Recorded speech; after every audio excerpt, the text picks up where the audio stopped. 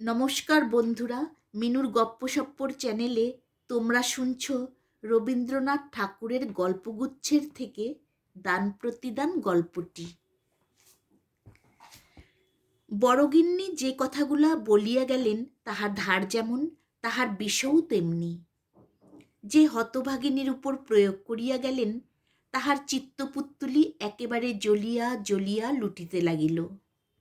বিশেষত কথাগুলা তাহার স্বামীর উপর লক্ষ্য করিয়া বলা, এবং স্বামী রাধামুকুন্দ তখন রাত্রের আহার সমাপন করিয়া অনতি দূরে বসিয়া তাম্বুলের সহিত তাম্রকূট ধূম সংযোগ করিয়া খাদ্য পরিপাকে প্রবৃত্ত ছিলেন। কথাগুলা শ্রুতিপথে প্রবেশ করিয়া তাহার পরিপাকের যে বিশেষ ব্যাঘাত করিল এমন বোধ হইল না। অবিচলিত গাম্ভীর্যের সহিত তাম্রকূট নিঃশেষ করিয়া অভ্যাস মতো যথাকালে শয়ন করিতে গেলেন। কিন্তু এরূপ অসামান্য পরিপাক শক্তি সকলের নিকটে প্রত্যাশা করা যাইতে পারে না। রাসমণি আজ শয়নগৃহে আসিয়া স্বামীর সহিত এমন ব্যবহার করিল যাহা ইতিপূর্বে সে কখনো করিতে সাহস করে নাই। অন্যদিন শান্তভাবে শয্যায় প্রবেশ করিয়া নীরবে স্বামীর পদসেবায় নিযুক্ত হইত। আজ একেবারে সবেগে কঙ্কণ ঝঙ্কার করিয়া স্বামীর প্রতি বিমুখ হইয়া বিছানার একপাশে শুইয়া পড়িল এবং ক্রন্দনাবেগে শয্যাতল কম্পিত করিয়া তুলিল। রাধামুকুন্দ তৎপ্রতি মনোযোগ না দিয়া একটা প্রকাণ্ড পাশবালিশ আকরিয়া ধরিয়া নিদ্রার চেষ্টা করিতে লাগিলেন।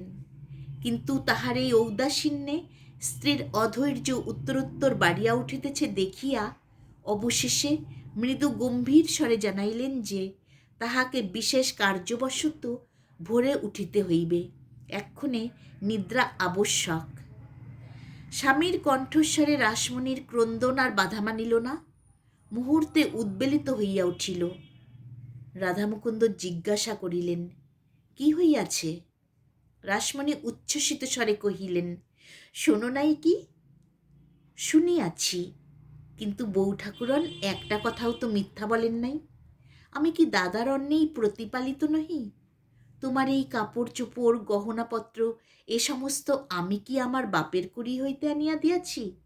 যে খাইতে পড়িতে দেয় সে যদি দুটো কথা বলে তাহাও খাওয়া পড়ার সামিল করিয়া লইতে হয়। এমন খাওয়া পড়ায় কাজ কি? বাঁচিতে তো হইবে, মরণ হইলেই ভালো হয়। যতক্ষণ না হয় ততক্ষণ একটু ঘুমাইবার চেষ্টা করো, আরাম বোধ করিবে বলিয়া রাধামুকুন্দ উপদেশ ও দৃষ্টান্তের সামঞ্জস্য সাধনে প্রবৃত্ত হইলেন।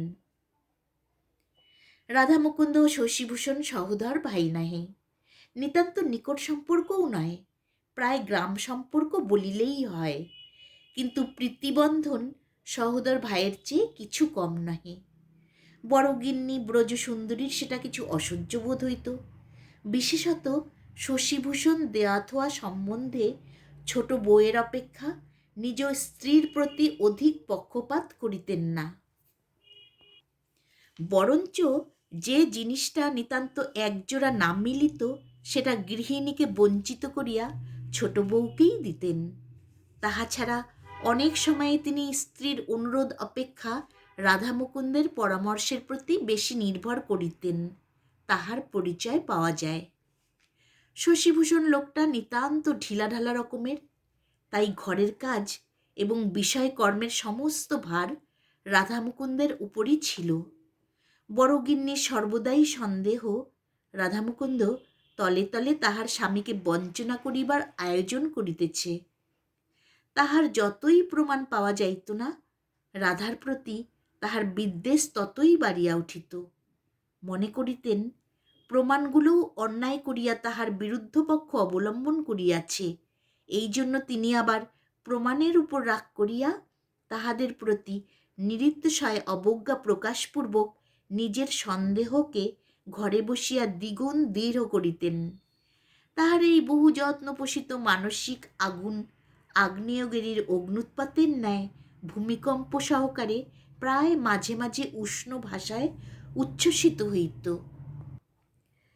রাত্রে রাধামুকুন্দের ঘুমের ব্যাঘাত হইয়াছিল কিনা বলিতে পারি না, কিন্তু পরদিন সকালে উঠিয়া তিনি বিরস মুখে শশীভূষণের নিকট গিয়া দাঁড়াইলেন। শশীভূষণ ব্যস্ত সমস্ত হইয়া জিজ্ঞাসা করিলেন, রাধে, তোমায় এমন দেখিতেছি কেন? অসুখ হয় নাই তো? রাধামুকুন্দ মৃদু স্বরে ধীরে ধীরে কহিলেন, দাদা, আর তো আমার এখানে থাকা হয় না।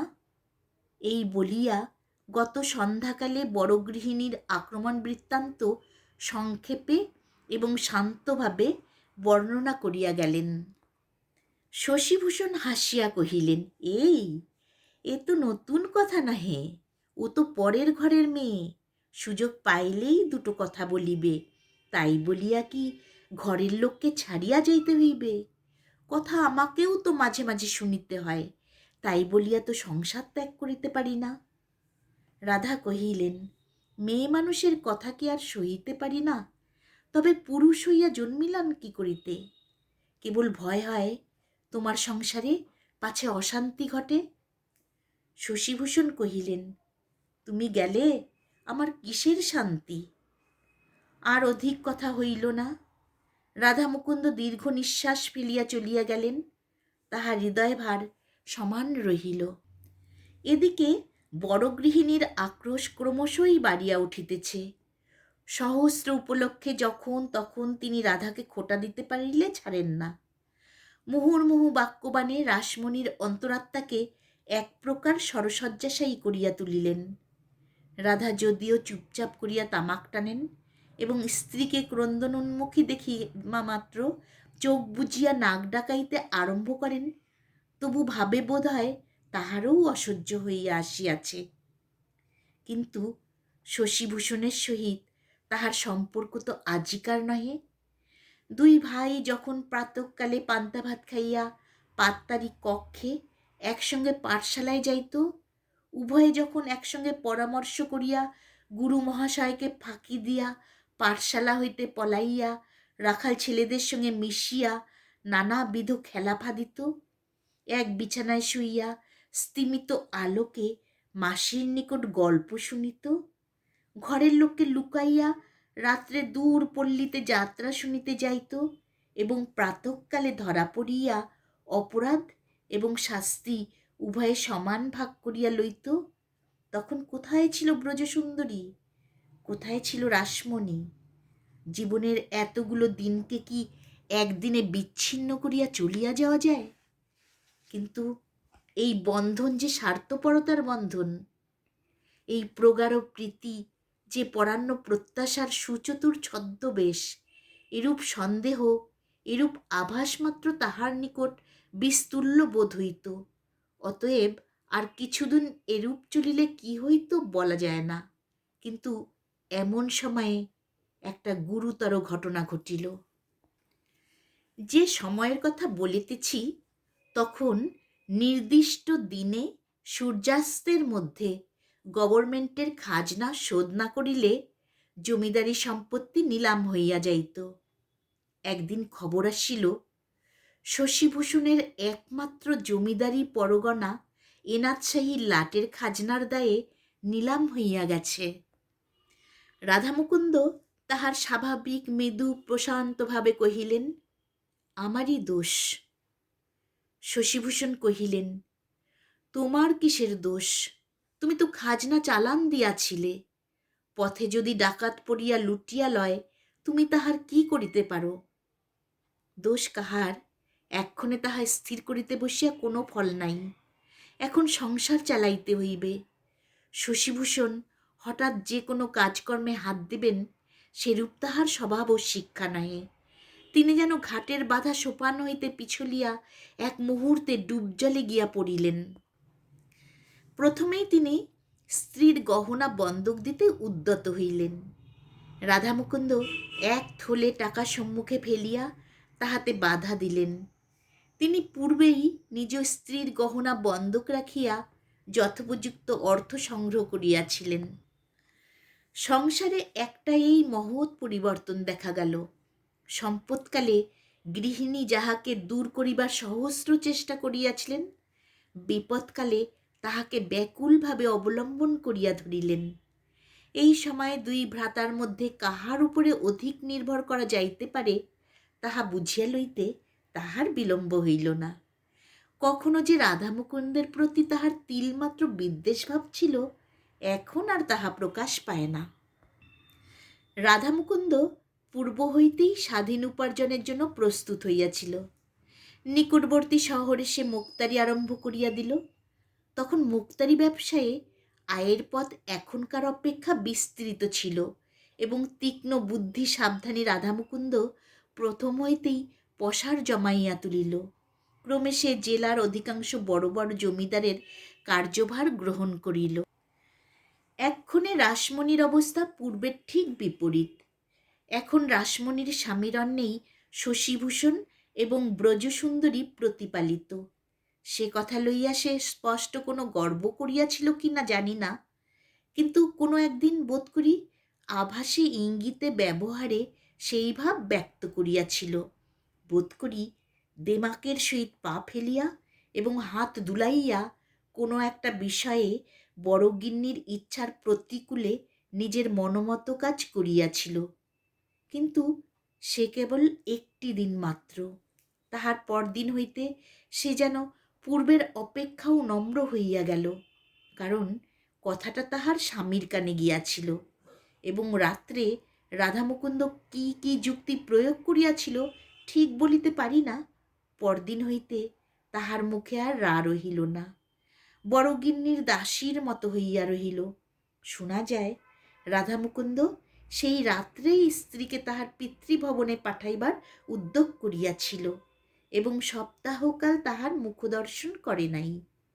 অবশেষে ব্রজসুন্দরী ঠাকুরপোর হাতে ধরিয়া অনেক মিনতি করিয়া দম্পতির মিলন সাধন করাইয়া দেন এবং বলেন, ছোট বউ তো সেদিন আসিয়াছে, আর আমি কতকাল হইতে তোমাদের ঘরে আছি ভাই। তোমাতে আমাতে যে চিরকালের প্রিয় সম্পর্ক, তাহার মর্যাদা ও কি বুঝিতে শিখিয়াছে। ও ছেলে মানুষ, উহাকে মাপ করো। রাধামুকুন্দ সংসার খরচের সমস্ত টাকা ব্রজসুন্দরীর হাতে আনিয়া দিতেন। রাসমণি নিজের আবশ্যক ব্যয় নিয়ম অনুসারে অথবা প্রার্থনা করিয়া ব্রজসুন্দরীর নিকট হইতে পাইতেন। গৃহ মধ্যে বড়গিন্নির অবস্থা পূর্বাপেক্ষা ভালো বই মন্দ নহে, কারণ পূর্বেই বলিয়াছি শশীভূষণ স্নেহবশে এবং নানা বিবেচনায় রাসমণিকে বরঞ্চ অনেক সময় অধিক পক্ষপাত দেখাইতেন। শশীভূষণের মুখে যদিও তাহার সহজ প্রফুল্ল হাস্যের বিরাম ছিল না, কিন্তু গোপন ও সুখে তিনি প্রতিদিন কৃশ হইয়া যাইতেছিলেন। আর কেহ তাহা ততটা লক্ষ্য করে নাই। কেবল দাদার মুখ দেখিয়া রাধার চক্ষে নিদ্রা ছিল না। অনেক সময় গভীর রাত্রে রাসমণি জাগ্রত হইয়া দেখিত গভীর দীর্ঘ নিঃশ্বাস ফেলিয়া অশান্তভাবে রাধা এপাশ ওপাশ করিতেছে।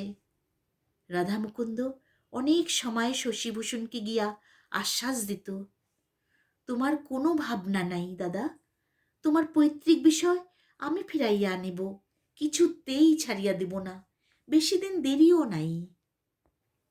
বাস্তবিক বেশি দিন দেরিও হইল না। শশীভূষণের সম্পত্তি যে ব্যক্তি নিলামে খরিদ করিয়াছিল সে ব্যবসায়ী লোক, জমিদারির কাজে সম্পূর্ণ অনভিজ্ঞ।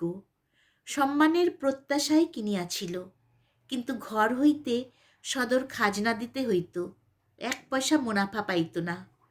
রাধামুকুন্দ বৎসরের মধ্যে 2-1 লাঠিয়াল লইয়া লুটপাট করিয়া খাজনা আদায় করিয়া আনিত। প্রজারাও তাহার বাধ্য ছিল। অপেক্ষাকৃত নিম্নজাতীয় ব্যবসাজীবী জমিদারকে তাহারা মনে মনে ঘৃণা করিত এবং রাধামুকুন্দের পরামর্শে ও সাহায্যে সর্বপ্রকারেই তাহার বিরুদ্ধাচরণ করিতে লাগিল। অবশেষে সে বেচারা বিস্তর মকদ্দমা মামলা করিয়া বার অকৃতকার্য হইয়া এই ঝঞ্ঝাট হাত হইতে ঝাড়িয়া ফেলিবার জন্য উৎসুক হইয়া উঠিল। সামান্য মূল্যে রাধামুকুন্দ সেই পূর্ব সম্পত্তি পুনর্বার কিনিয়া লইলেন। লেখায় যত অল্পদিন মনে হইল, আসলে ততটা নয়। ইতিমধ্যে প্রায় 10 বৎসর উত্তীর্ণ হইয়া গিয়াছে। 10 বৎসর পূর্বে শশীভূষণ যৌবনের সর্বপ্রান্তে প্রৌঢ় বয়সের আরম্ভভাগে ছিলেন, কিন্তু এই 8-10 বৎসরের মধ্যেই তিনি যেন অন্তর্রুদ্ধ মানসিক উত্তাপের বাষ্পযানে চড়িয়া একেবারে সবেগে বার্ধক্যের মাঝখানে আসিয়া পৌঁছিয়াছেন। পৈতৃক সম্পত্তি যখন ফিরিয়া পাইলেন, তখন কি জানি কেন আর তেমন প্রফুল্ল হইতে পারিলেন না। বহুদিন অব্যবহারে হৃদয়ের বিনা যন্ত্র বোধ করি বিকল হইয়া গিয়াছে। এখন সহস্রবার তার টানিয়াও বাঁধিলেও ঢিলা হইয়া নামিয়া যায়। সে সুর আর কিছুতেই বাহির হয় না। গ্রামের লোকেরা বিস্তর আনন্দ প্রকাশ করিল। তাহারা একটা ভোজের জন্য শশীভূষণকে গিয়া ধরিল। শশীভূষণ রাধামুকুন্দকে জিজ্ঞাসা করিলেন, কি বলো ভাই? রাধামুকুন্দ বলিলেন, অবশ্য শুভদিনে আনন্দ করিতে হইবে বই কি। গ্রামে এমন ভোজ বহুকাল হয় নাই। গ্রামের ছোট বড় সকলেই খাইয়া গেল। ব্রাহ্মণেরা দক্ষিণা এবং দুঃখী কাঙ্গালগণ পয়সা ও কাপড় পাইয়া আশীর্বাদ করিয়া চলিয়া গেল। শীতের আরম্ভে গ্রামে তখন সময়টা খারাপ ছিল। তাহার উপরে শশীভূষণ পরিবেশনাদি বিবিধ কার্যে 3-4 দিন বিস্তর পরিশ্রম এবং অনিয়ম করিয়াছিলেন। তাহার ভগ্ন শরীরে আর সহিল না। তিনি একেবারে শয্যাশায়ী হইয়া পড়িলেন। অন্যান্য দুরূহ উপসর্গের সহিত কম্প দিয়া জ্বর আসিল। বৈদ্য মাথা নাড়িয়া কহিল, বড় শক্ত ব্যাধি। রাত্রি 2-3 প্রহরের সময় রোগীর ঘর হইতে সকলকে বাহির করিয়া দিয়া রাধামুকুন্দ কহিলেন, দাদা, তোমার অবর্তমানে বিষয়ের অংশ কাহাকে কিরূপ দেব সেই উপদেশ দিয়া যাও। শশীভূষণ কহিলেন, ভাই, আমার কি আছে যে কাহাকে দেব? রাধামুকুন্দ কহিলেন, সবই তো তোমার। শশীভূষণ উত্তর দিলেন, এককালে আমার ছিল, এখন আমার নহে। রাধামুকুন্দ অনেকক্ষণ চুপ করিয়া বসিয়া রহিল। বসিয়া বসিয়া শয্যার এক অংশের চাদর 2 হাত দিয়া বার বার সমান করিয়া দিতে লাগিল। শশীভূষণের শ্বাসক্রিয়া কষ্টসাধ্য হইয়া উঠিল। রাধামুকুন্দ তখন শয্যা প্রান্তে উঠিয়া বসিয়া রোগীর পা দুটি ধরিয়া কহিল, দাদা, আমি যে মহাপাতকের কাজ করিয়াছি তাহা তোমাকে বলি, আর তো সময় নাই। শশীভূষণ কোনো উত্তর করিলেন না। রাধামুকুন্দ বলিয়া গেলেন, সেই স্বাভাবিক শান্ত ভাব এবং ধীরে ধীরে কথা। কেবল মাঝে মাঝে এক একটা দীর্ঘ নিঃশ্বাস উঠিতে লাগিল। দাদা, আমার ভালো করিয়া বলিবার ক্ষমতা নাই। মনের যথার্থ যে ভাব সে অন্তর্যামী জানেন। আর পৃথিবীতে যদি কেহ বুঝিতে পারে তো হয়তো তুমি পারিবে। বালক কাল হইতে তোমাতে আমাতে অন্তরে প্রভেদ ছিল না, কেবল বাহিরে প্রভেদ। কেবল এক প্রভেদ ছিল, তুমি ধনী, আমি দরিদ্র। যখন দেখিলাম এই সামান্য সূত্রে তোমাতে আমাতে বিচ্ছেদের সম্ভাবনা ক্রমশই গুরুতর হইয়া উঠিতেছে, তখন আমি সেই প্রভেদ লোপ করিয়াছিলাম। আমি সদর খাজনা লুট করাইয়া তোমার সম্পত্তি নিলাম করাইয়াছিলাম। শশীভূষণ তিলমাত্র বিস্ময়ের ভাব প্রকাশ না করিয়া ঈষৎ হাসিয়া মৃদু স্বরে রুদ্ধ উচ্চারণে কহিলেন, ভাই, ভালোই করিয়াছিলে, কিন্তু সে যে জন্য এত করিলে তাহা কি সিদ্ধ হইল? কাছে কি রাখিতে পারিলে? দয়াময় হরি বলিয়া প্রশান্ত মৃদু হাস্যের উপরে 2 চক্ষু হইতে 2 বিন্দু অশ্রু গড়াইয়া পড়িল। রাধামুকুন্দ তাহার 2 পায়ের নিচে মাথা রাখিয়া কহিল, দাদা, মাপ করিলে তো? শশীভূষণ তাহাকে কাছে ডাকিয়া তাহার হাত ধরিয়া কহিলেন, ভাই, তবে শোনো, এ কথা আমি প্রথম হইতেই জানিতাম। তুমি যাহাদের সহিত ষড়যন্ত্র করিয়াছিলে তাহারাই আমার নিকট প্রকাশ করিয়াছে। আমি তখন হইতে তোমাকে মাপ করিয়াছি। রাধা মুকুন্দ দুই করতলে লজ্জিত মুখ লুকাইয়া কাঁদিতে লাগিল। অনেকক্ষণ পরে কহিল, দাদা, মাপ যদি করিয়াছ, তবে তোমার এই সম্পত্তি তুমি গ্রহণ করো, রাগ করিয়া ফিরাইয়া দিও না। শশীভূষণ উত্তর দিতে পারিলেন না, তখন তাহার বাক্রোধ হইয়াছে। রাধা মুকুন্দের মুখের দিকে অনিমেষ দৃষ্টি স্থাপন করিয়া একবার দক্ষিণ হস্ত তুলিলেন। তাহাতে কি বুঝাইল বলিতে পারি না, বোধ করি রাধা মুকুন্দ বুঝিয়া থাকিবে।